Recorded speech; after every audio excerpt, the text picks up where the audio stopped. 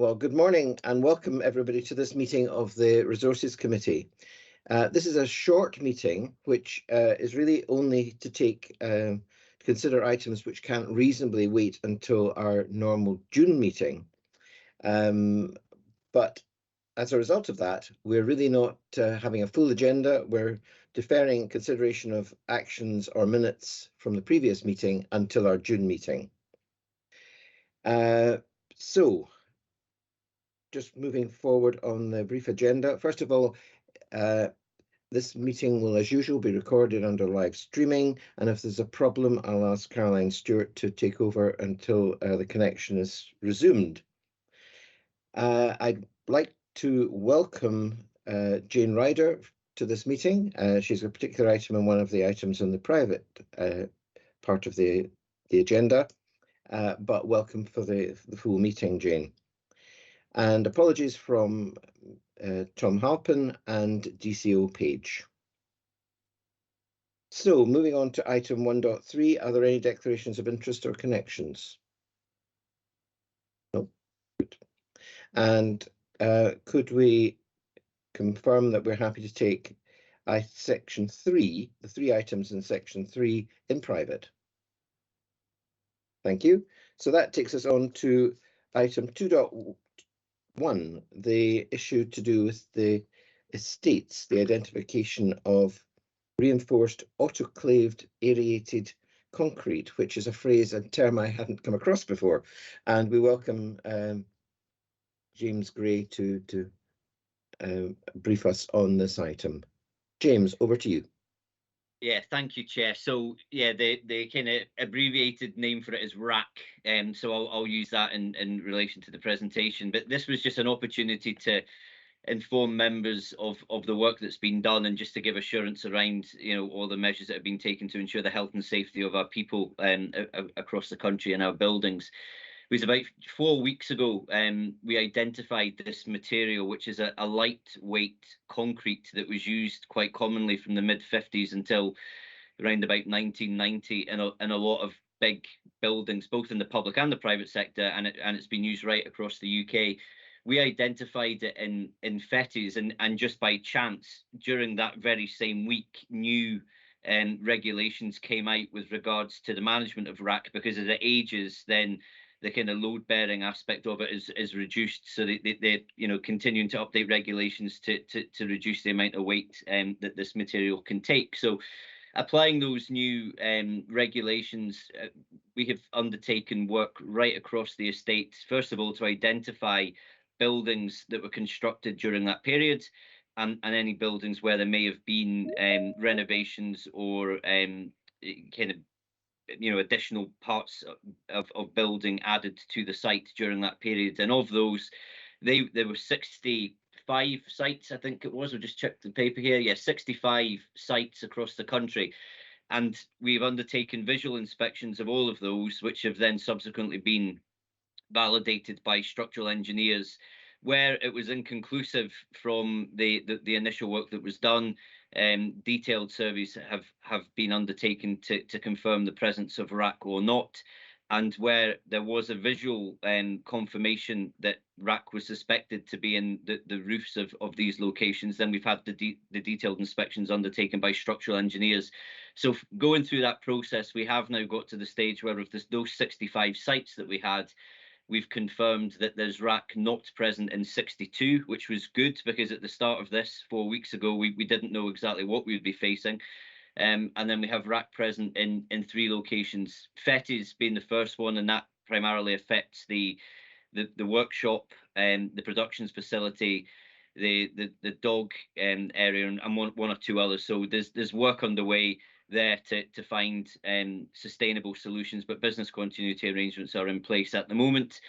There was also RAC identified in Balloonyfield in Dundee, which was considered high risk. So we've removed the people from the affected area, as we've done in Fettes, I should have said. And then the final site where RAC was identified was Perth. So that area that was in Perth was identified as being low risk, so that's just something that will be managed on an ongoing basis. But overall, the conclusion of the work is that we've identified where this is across our estate, and has been found in other public sector estates too. We've isolated the affected areas, removed any people that were in areas where there's potential risk, and we'll be working on solutions to make sure we've got a kind of a permanent arrangement going forward. And that's really it, Chair. So I'll pause there, but happy to take any questions. Thank you. Right, thank you very much, James. I presume, before just passing over for questions, it's too early to have any idea of the timeline for taking the decisions in whether it's remedial work or new buildings. That's still under consideration. It is at the moment. Yeah. The structural engineers will be providing options around what can be done in the longer term. Right, thank you very much. Alistair. Thank you, Chair, and thanks for the update, James. Really appreciate it, and I understand fully that issues like this can and will arise, and the way you've explained how you've responded to it and what you intend to do, very clear. So thanks for that. I've got two questions. The first one really is, I know that a lot of work has taken place in terms of the estate, especially when we take account of the age of the estate and the extent of the estate. A lot of work has taken place to understand the condition that it's in, and what ongoing remedial or maintenance work needs to take place, and how that is categorised. So we obviously didn't pick this up in the during those condition surveys. Is this something that we will consider going forward? About, it might not be RAC, it might be another issue as building materials come to the end of life. So I'll be thinking about how we approach our condition surveys to pick this up proactively. And then the second question I have is, appreciate you've put business continuity plans in place, particularly at FETIs, which I would understand you would always have in place. And you mentioned about long-term sustainability. What's your thoughts on what that long-term sustainability for the services not being able to deliver at FETIs at the moment? What are your thoughts on what they might be, and what are they contingent upon, and when they might come into place? So sorry if that was a bit long-winded. No. Thank you for the questions. On the first one, to be perfectly honest, I was slightly surprised that we hadn't picked up this RAC issue through condition survey work. And when that came to light, I did contact our outgoing auditors, ASETs, who were already doing a piece of health and safety work in the estate for us that was a wider review than the one that we had originally done on water safety. So I had asked them to add an additional control objective around how, as an organisation, we identify and get assurance that any issues that are out there are being picked up by the organisation, so that we can deal with them effectively. So I'm looking forward to seeing what the outcome of the auditor's work is in relation to that, about whether it should have been picked up in a condition survey, or whether it's something that we ought to have specified specifically. And as you say, whether there's other issues, whether it might be things like cladding and so on, that making sure that we've actually got a system in place to make sure that we're picking up those issues. And where we have got any gaps, I can give you that assurance that we'll put arrangements in place to make sure that we pick everything up in the future. On with regards to your second question on business continuity planning, I think the arrangements that are in place at the moment are holding up. We are starting to look at options for alternative provision. Obviously that isn't something that we would just go out and decide. It would need a decision both through the Police Scotland governance and then obviously through to SPA. But I suppose when you look at FETIs and just the where it is in its own life cycle and its suitability, then I would have thought that the most likely proposal that would be brought forward would be around kind of re-providing accommodation, rather than trying to spend an awful lot of money on repairing an already aging site that's probably got a lot of other issues that will come out of the woodwork over the coming years. So that's probably the direction of travel, but I don't have any more detail at the moment, just around the specific options and what those might look like. Are you happy with that, Alistair? I think Alistair's pause looks as if the frame is paused. frozen anyway. James, thank you very much for these, for the paper. I appreciate it was prepared at short notice, so I'm very grateful to you and your team for the paper itself and the way you've talked us through it this morning. That's very helpful. I know that there are clearly uncertainties, but the more we have these sort of uncertainties, the more it's important to be sure that in looking at the capital budget and capital and revenue spend, that we are alert to the need to have to address these sort of issues as they arise.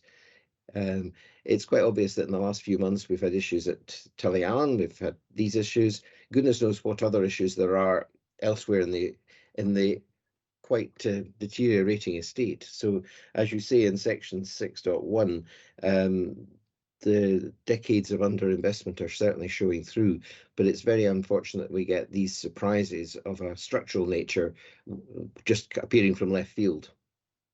It is, and as I say, with that work by assets, we'll again, like, if there are any lessons to be learned around those types of issues, then we will pick those up. But as you say, it represents an aging estate. One of the reasons we've had so many sites that potentially could have had RAC is because, you know, we have got an asset base or around the estate that is aging, and you know that there's a bulk of those buildings, obviously the 65 and that mid 50s to late 80s, where, you know, good quality building materials weren't typically used. Now, obviously, we've got a state that's older than that, and then there's more issues around suitability of accommodation that is kind of the pre-1950s. So an awful lot of issues, and as you say, you know, we're anticipating that there will be more things, not necessarily structural, but there will be more issues coming out of the estate as it ages, and then that presents us with challenges around how we allocate capital funding, because there's a reticence